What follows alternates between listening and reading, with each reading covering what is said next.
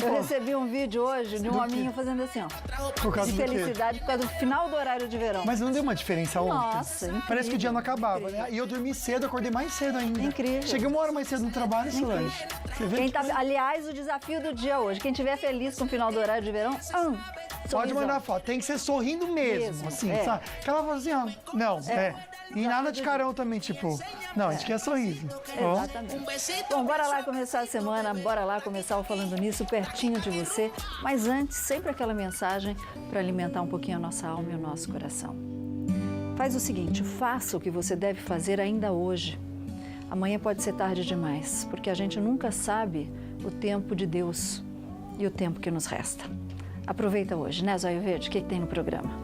Pessoal, moradores na região metropolitana de Belo Horizonte levam um susto por causa de uma barragem e 8 mineiros que estavam presos há 4 dias em uma mina são resgatados com vida. Converse com a gente durante o programa pelas redes sociais ou também pelo telefone.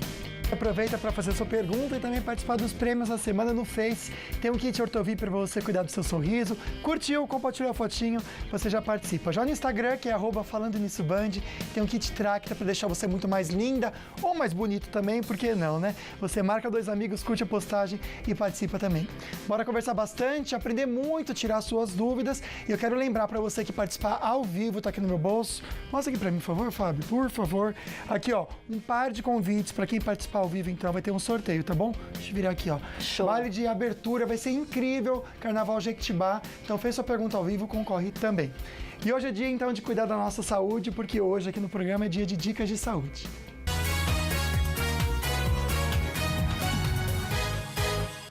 Daí você acorda com o olho vermelho, com o olho inchado, a vista embaraça toda, você não sabe o que é, fala socorro. Aí você pensa assim, será que pode ser glaucoma? Afinal, o que é o glaucoma, Pois Solange? é, Luquinha, segundo a Organização Mundial de Saúde, o glaucoma é a segunda maior causa de cegueira no mundo, ficando atrás apenas da catarata, sabia? E no Brasil estima-se também que mais de 900 mil pessoas são portadoras dessa doença. E para esclarecer todas essas dúvidas, já está cheinho, um beijo para todo mundo que está ao vivo aqui no Facebook com a gente. Ela está aqui para nos orientar. Ela que é oftalmologista, a doutora Daiane Sex. Doutora Daiane. Vem, doutora. Linda. Hoje vamos ensinar o que são as cores primárias. Estamos aqui os três. Estão parecendo aquele negócio de pintar. Tudo sem combinar, né, doutora? Tudo sem combinar. Ai, meu Deus. Obrigada. Você pode mandar sua fotinho, pode mandar sua pergunta. Se não quiser, não precisa se identificar. Primeira pergunta é aquela. O que é o glaucoma, doutora? Bem, glaucoma é uma doença do nervo, né? Uma doença neurológica. É uma neuropatia óptica que a visão, geralmente, esse é o quadro mais comum, vai perdendo a visão periférica e vai acometendo o centro da visão. Entendi. O paciente vai perdendo fibras nervosas, tá? E isso vai acontecendo geralmente com pacientes. Quais são os fatores de risco, né? Paciente maior de 40 anos, paciente com descendência oriental, também tem mais chance de ter. Histórico familiar, esse é o principal fator de risco. O histórico familiar para o glaucoma já nos faz acender uma luzinha amarelinha. Ok, então. Só, a Sueli de Taubaté acabou de mandar uma perguntinha. Bota aí para nós, Igor. E eu coloquei aqui para vocês também. Ela fala o seguinte, né? Quero deixar essa pergunta sobre glaucoma, porque ela tem glaucoma de ângulo aberto. E ela queria saber a diferença do glaucoma de ângulo fechado para ângulo aberto. Isso. Vamos entender o que é? O glaucoma de ângulo aberto é o que mais acomete a população. Ângulo aberto, o que significa? A gente, né, leigamente falando, o ralinho do olho, ele está desobstruído por causas mecânicas. Então, o líquido que sai de dentro do olho conseguiria passar por ali, tá? Esse é o ângulo aberto. E a gente vai explicar durante o programa inteiro quais os outros ângulos e tipos de glaucoma, viu, Luquinha? Perfeito. Pode continuar mandando a sua fotinha aqui, dando um sorriso bem bonito, que tá feliz que acabou o horário de verão. Eu vou colocar aqui daqui a pouquinho, mas agora a gente fica muito bem informada com as notícias da redação.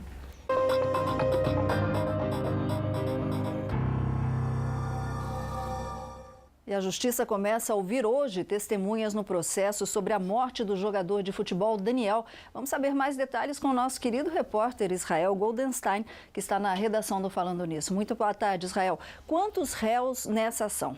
7 pessoas só. Boa tarde para você, boa tarde para o Lucas e também boa tarde para os nossos amigos aqui do Falando Nisso. Mas hoje devem ser ouvidas 10 testemunhas de acusação. Entre elas, a mãe de Daniel, Eliana Aparecida Correia Freiras, a tia do jogador, Yolanda Regina Correia de Assis e a ex dele, Bruna Larissa Ferreira Martins. Primeiro devem ser ouvidas as testemunhas de acusação, depois as de defesa. Logo em seguida acontece o interrogatório dos réus e as alegações finais.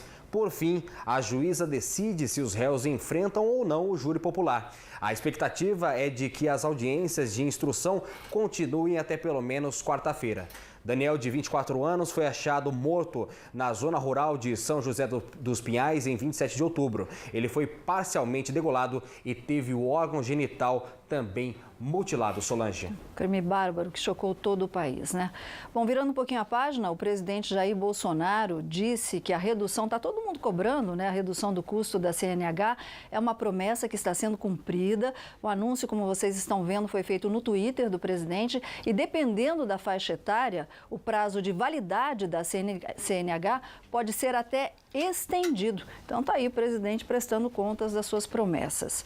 Israel sobe para 169 o número de mortos após o rompimento da barragem da mina Córrego do Feijão, em Brumadinho, na região metropolitana de Belo Horizonte. Neste final de semana, mais 2 corpos foram encontrados. Outras 141 pessoas continuam desaparecidas. Agora, Israel, a Vale teve que esvaziar um bairro numa área próxima à barragem em Nova Lima, na Grande Belo Horizonte. Conta pra gente. É isso mesmo, Sol. Cerca de 200 moradores de Nova Lima, que fica na região metropolitana de Belo Horizonte, foram obrigados a sair das suas próprias casas nesse sábado por causa de uma barragem da mineradora Vale. 48 casas estão ameaçadas. Vamos conferir. Segundo o Corpo de Bombeiros, uma empresa de auditoria se negou a atestar a segurança da estrutura. Por isso, foi dada a ordem para a retirada. Uma sirene soou por volta das 8h20 da noite devido à elevação do risco ao nível 2. Gente, sirene tocando aqui em Macacos, sirene da Vale para evacuação. Em outro vídeo, o morador mostra o clima de apreensão no centro do distrito de Macacos, logo após o acionamento das sirenes. O centrinho de Macacos, Sebastião das Águas Claras, São Sebastião das Águas Claras, você vê que está tudo fechado, a polícia não deixa mais ninguém entrar. Ali está a igrejinha, você veja tudo escuro, tudo fechado, mesmo com chuva, seria uma noite onde isso daqui estaria bem cheio, o comércio está todo fechado, as pousadas tem gente na porta, turistas sem saber para onde ir, polícia, bombeiros, todo mundo alertando e todo mundo com medo, querendo ir embora. Em nota, a Vale negou o rompimento da barragem, que está desativada, e disse que a iniciativa teve caráter preventivo. Cerca de 50 casas do distrito de São Sebastião das Águas Claras, conhecido como Macacos, estavam ameaçadas. Segundo a empresa, as pessoas estão sendo acolhidas e acomodadas em hotéis da região até que a situação seja normalizada. A barragem tem cerca de 3 milhões de metros cúbicos de rejeitos de minério de ferro.